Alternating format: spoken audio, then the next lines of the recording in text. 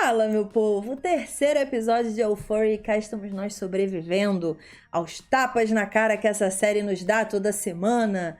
Se você não está acompanhando a cobertura de Euphoria e dessa primeira temporada dessa série verdadeirona da HBO que estreou recentemente, eu vou deixar aqui na descrição o link com o nosso vídeo dos 2 primeiros episódios dessa primeira temporada. Teremos um vídeo para cada episódio sim, até o final da temporada aqui no canal. Então aproveita para acompanhar tudo com a gente. Tem uma playlist já de Euphoria aqui para colocar todos os vídeos sobre essa série lá dentro para ficar tudo bonitinho para vocês.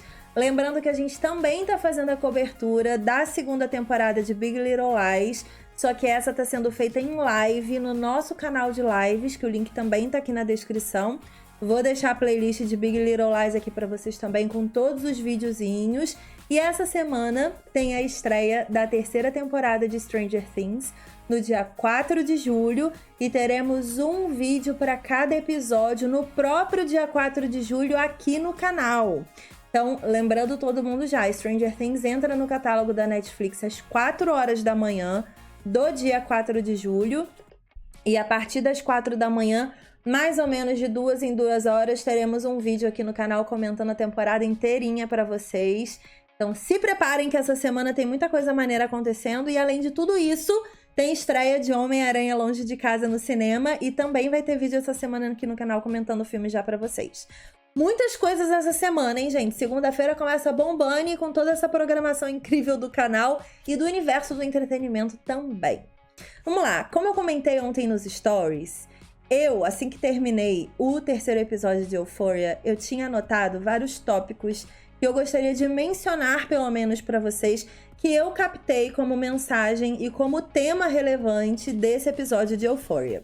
Eu não sei se vocês captaram todos esses. Eu não sei se vocês captaram mais elementos e mais assuntos e mais temas ainda. Sempre acontece. Eu acho que tem coisas que tocam exatamente na nossa experiência de vida. E isso é muito individual. Então, às vezes, alguma pessoa percebe algum elemento ali que eu não percebi. Então, eu vou pedir para vocês comentarem aqui tudo que vocês perceberam e eu não, nesse terceiro episódio de Euphoria. Quero ler para vocês só a listinha que eu fiz, porque eu tô achando muito legal a forma com que a série tá conduzindo esses temas. Ela apresentou no primeiro episódio a Rue, que é a personagem da Zendaya, e apresentou o universo dela. Quais são as questões pessoais dela, como ela encara o mundo e principalmente quais são as questões que ela meio que agarra e luta e vive desde que ela era criancinha. E são várias questões, tanto de doenças psicológicas, doenças, doenças mentais mesmo, né, quanto transtornos, e o fato dela ser uma viciada e que lida com esses problemas sempre utilizando a droga como fuga das suas questões. O primeiro episódio foi sobre ela. O segundo episódio foi sobre aquele menino lá, que eu nem vou nomear, que nem Voldemort, mas ele enfrenta algumas questões também pessoais e psicológicas bem pesadas com relação, principalmente a relação dele com o pai e tudo que ele desenvolveu de doentio na vida dele, na trajetória de vida dele, na forma dele pensar e dele enxergar o mundo, por conta das relações que o pai dele tem, da forma abusiva que o pai dele lida com relações sexuais e homens e mulheres de um modo geral. Isso moldou de certa forma a personalidade dele, a índole dele e a forma com que ele enxerga o mundo. Nesse terceiro episódio, nós entramos na vida de Kit Kat, que é a nossa personagem que está conhecendo o universo da pornografia virtual, que está conhecendo formas de se libertar de preconceitos sociais que existem, principalmente com relação à gordofobia e aos relacionamentos que são abalados e são desestabilizados por conta de mudanças físicas dos corpos que não são aceitos como normais na sociedade. Então eu já começo com esse como primeiro tema, que foi exatamente o tema de introdução desse terceiro episódio, foi a gordofobia. Ela era uma menina magra e ela viajou de férias e ela teve uma decepção, por conta disso ela comeu muito, bebeu muito e retornou para casa dessas férias gordinha. E por conta disso, o namoradinho dela de escola terminou o namoro com ela. Na verdade, isso é uma questão, porque o bilhete estava escrito por uma menina que era magra e bonita e popular ainda na escola. E ela encarou aquilo ali. Ela já estava não aceitando muito bem a transformação do corpo dela. E aí ela toma essa na cara assim que volta no primeiro dia de aula. E isso desestrutura a autoestima dela para todo sempre. Não é uma coisa que se supera facilmente. O segundo tópico que eu separei aqui é falsas aparências e aceitação. Também com a Cat ainda. Ela é uma menina que é muito popular online por conta de uma vertente da vida dela que existe no mundo virtual, que não existe no mundo real. E a galera do mundo real não a trata com respeito. E ela é considerada uma pessoa à margem. E escola é assim, existem os populares e existem os à margem, né, dessa popularidade. E ela acaba sendo uma pessoa muito conhecida no universo online e nada respeitada no universo da vida real.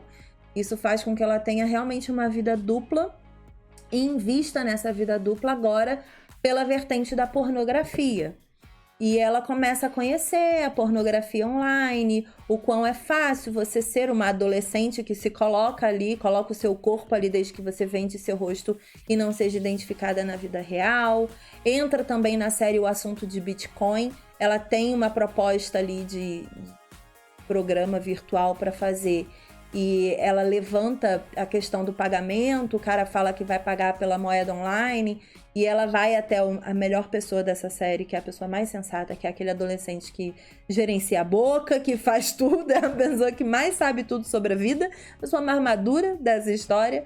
E ele explica sobre Bitcoin, fala que exatamente a moeda foi criada para que pagamentos anônimos sejam feitos online, em transações online, ele explica todo o processo para ela. E ela se sente corajosa, então, para fazer ali o seu primeiro programa online. E faz. E é uma pessoa que apresenta claramente vários problemas ali também. E ela acaba entrando nessa por achar fácil demais. E eu acho que essa é uma questão muito relevante que a série traz, porque eu enxergo na frente algum problema que ela vai enfrentar por essa vida dupla que ela tá levando.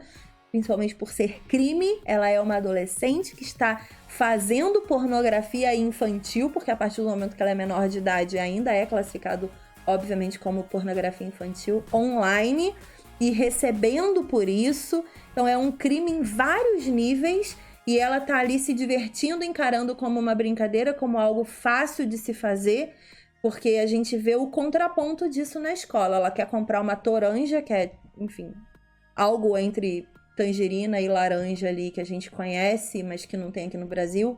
Quer dizer, tem, né? Só que não da forma que é consumida lá fora.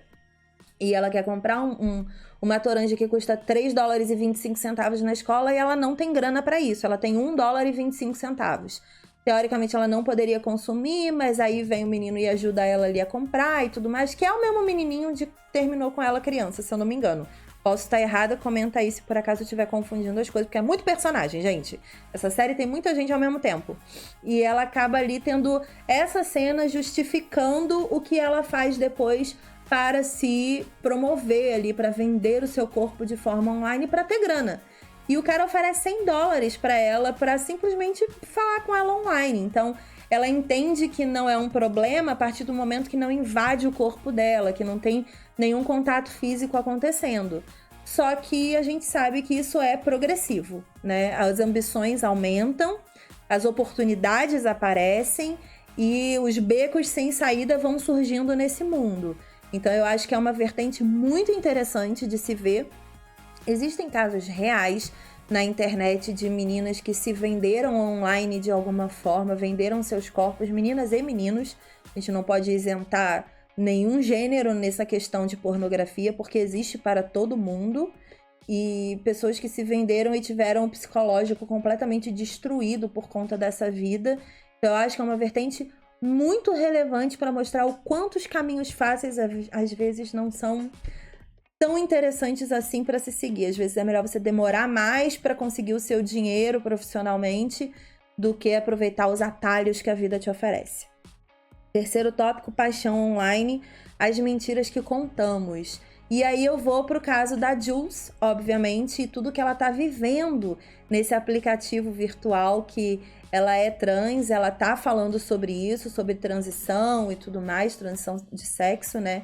E o cara que tá ali falando com ela, que é o cara do segundo episódio, o jogador, ele é gay dentro dele, mas socialmente ele apresenta aquele estereótipo de hétero valentão e que é dominador nas relações e tudo mais. Ele precisa expressar esse estereótipo de hétero de forma agressiva e compulsória o tempo todo, só que por dentro ele é declaradamente gay, até por conta das vivências que ele viu ali do pai.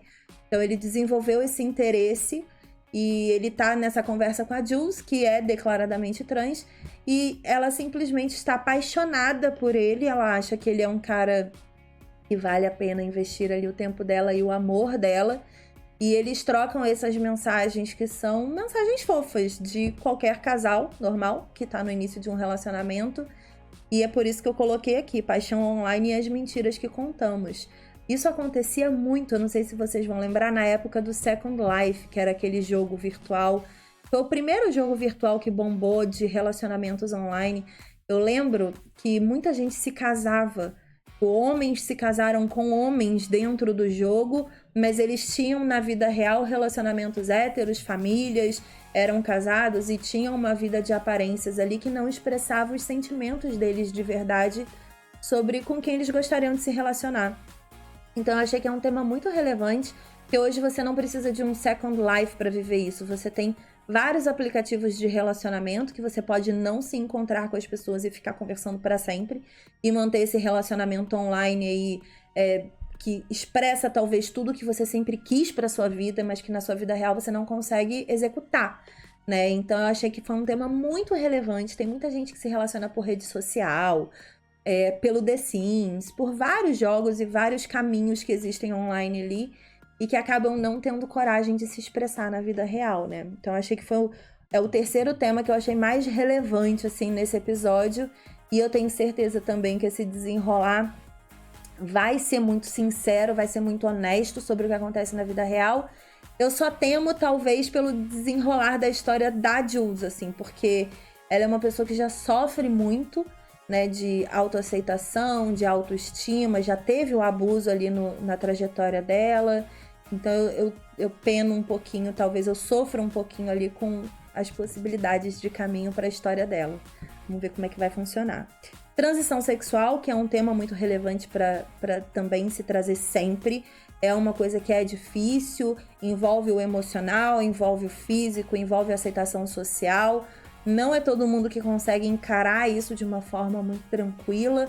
Então acho que é o quarto tema que vem aí muito forte nessa série, para a gente poder entender que esse mundo talvez às vezes gere barreiras e obstáculos para as pessoas que não precisam existir, né? A gente tem que incentivar que as pessoas se encontrem cada vez mais e se entendam cada vez mais.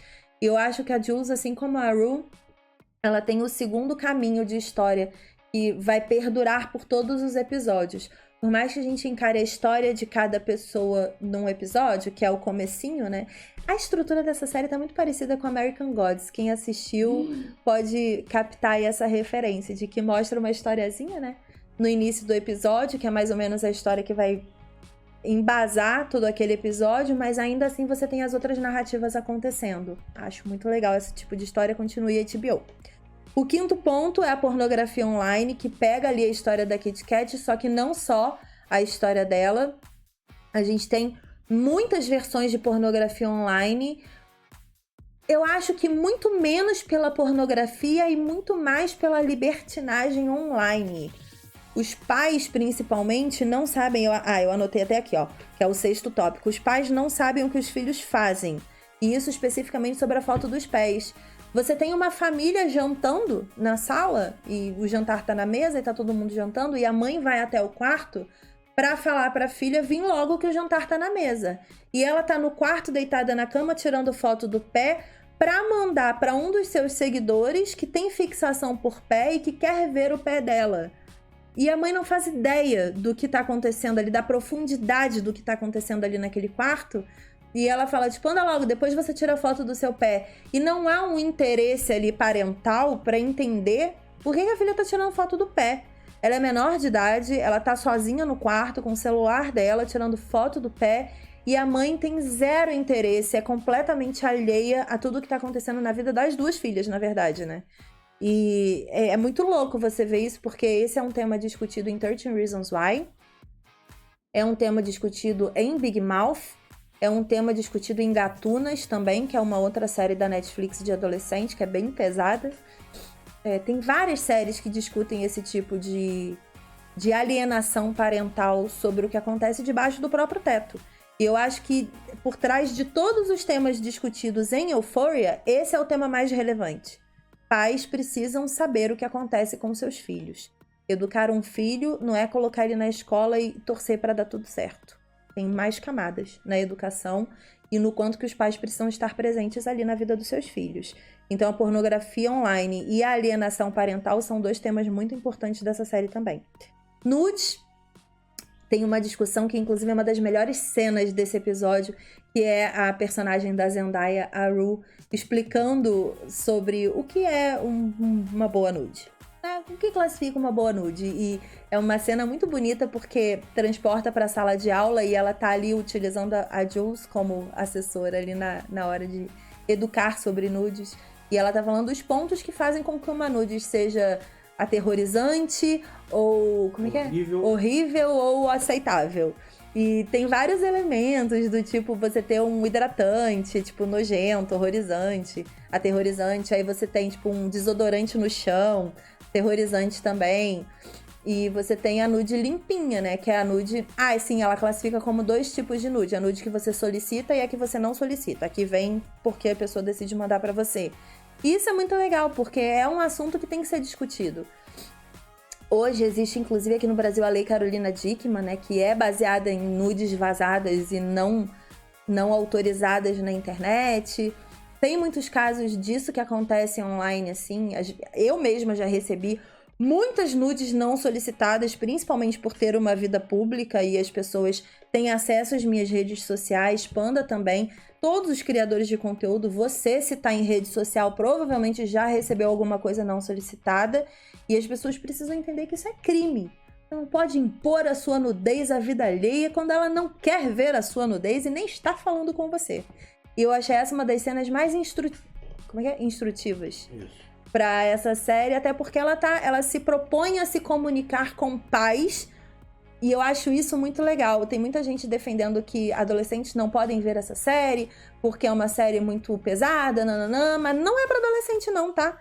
É só para educar os pais mesmo, para que eles entendam de que a alienação deles na educação dos seus filhos é uma parada inadmissível. Então é bom que os pais entendam para que eles saibam questionar, para que eles saibam lidar com essa nova geração e atuar nos pontos exatos da história. Inclusive, no vídeo anterior de Euphoria aqui do canal, teve uma menina que deixou um comentário falando que ela tem 16 anos, ela assiste Euphoria do lado dos pais e ela se sente muito feliz de estar sendo preparada pelos próprios pais, com a autorização deles, para lidar com todas essas questões.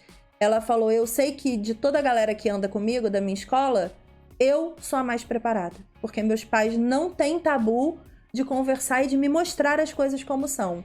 Ou seja, parabéns para os pais dessa menina que eu não lembro o nome, mas são pais realmente que são zero alienados, que merecem aí o nosso parabéns por essa questão. Depois tem a Rue não vendo sentido em sua vida. A Rue, ela dá uma investida na Jules nesse episódio. Primeiro que ela fica muito sem graça com as fotos de nudes que a amiga pede pra ela tirar junto, pra ela fazer, né, como se fossem selfies, só que ela tá ali meio que dirigindo as fotos. E depois ela dá uma investida, realmente, de beijo na Jules. E isso não é bem aceito pela Jules, ela fala tipo, cara, não, e ela sai correndo e ela não vê mais sentido na vida dela de novo, assim. Cada vez que ela recebe uma negativa, cada vez que ela vê um obstáculo, ela cai na fraqueza de não ver sentido na própria vida. E isso é uma coisa muito reincidente nos adolescentes de hoje em dia, nos jovens de hoje em dia, não só adolescentes. A galera da faixa entre os 15 e 30 anos, e a gente pode dar uma estendida até os 30 hoje em dia sim, é uma galera que vê muita fragilidade na vida e que desiste da própria vida muito fácil, né? Questiona o valor da própria vida muito fácil, com todas as perdas. E eu acho que o que essa geração precisa aprender é lidar com as perdas e lidar com os nãos. Eles acontecem para fortalecer e não para enfraquecer. E a Rue vem discutindo isso brilhantemente ao longo dos episódios. A próxima é a Bitcoins para transação online, já falei lá no começo do vídeo, que é um assunto muito legal. Para os pais que não entendem o que são Bitcoins, às vezes seus filhos são ricos de Bitcoins na internet e você nem sabe. Então prestem atenção no que seus filhos fazem na internet. E de onde vem o amor próprio? A Cat, no final do episódio, ela chega na escola diferente. Ela ganha autoestima, ela ganha amor próprio, ela ganha tudo o que a vida e a sociedade destruiu nela, por ela ter engordado. Porque ela teve um relacionamento pornográfico na internet e o cara enalteceu o poder dela, o cara empoderou ela, aquele cara que paga pelo primeiro programa online dela. Ele diz que ela é poderosa, que ela pode tudo, que ele faz tudo o que ela quiser. E ela se sente poderosa, se sente capaz de tudo, se sente com uma autoestima elevada. Então ela valoriza sua roupa, valoriza sua maquiagem, valoriza sua postura e ela chega na escola diferente. E aí o colega dela fala assim, nossa, você tá diferente. Ela fala assim, eu sou uma pessoa diferente agora. Porque ela foi empoderada de fora para dentro. O empoderamento mais válido é o que vem de dentro para fora. É aquele que nasce dentro de você. Mas ela foi empoderada de fora para dentro, depois de anos de baixa autoestima. Então, de onde vem de fato o seu amor próprio? Do que você vê no espelho ou do que a sociedade impõe para você? Tá? E outro tema muito relevante que a série tá discutindo também. Rue chorando com a Jules. A Rue é uma personagem que tem ansiedade, transtorno obsessivo compulsivo, diversas outras questões e, além de tudo isso, é viciada. E existe um questionamento que acontece ali no final do episódio. No momento que ela foge da Jules, depois de ter sido negada, existe o questionamento sobre a abstinência dela e o quanto ela transformou o relacionamento dela com a Jules em um dos seus vícios, em uma das suas compulsões. E como ela abusa desse relacionamento para se satisfazer. E no momento que ela tem uma negativa, ela procura droga. Porque ela precisa sempre se satisfazer e se completar dos seus próprios desejos. Então, a galera que é obsessiva, geralmente é assim. Quando as coisas não acontecem do jeito delas, elas procuram a fuga mais próxima, o caminho mais próximo ali. E pra ela é a droga. Só que o cara que vende droga pra ela, que eu acho que é a pessoa que pode salvar ela um dia, ele nega a venda. Ele fala, não vou ajudar você a se matar. E ela entra em desespero logo depois disso. Porque ela é viciada em droga, tem necessidade de se afundar, tem necessidade de fugir dos seus problemas com as drogas e as suas obsessões, e por conta disso ela não consegue criar laços reais com ninguém. Nem com a mãe, nem com a irmã e nem com a melhor amiga, que é a Jules. Para quem queria aí uma análise um pouco mais profunda de Euphoria, com menos textão e mais descrição dos fatos do episódio, é assim que eu consigo, gente. Não dá para analisar tecnicamente uma série que traz tantas questões relevantes que sim se desdobram em vários textões.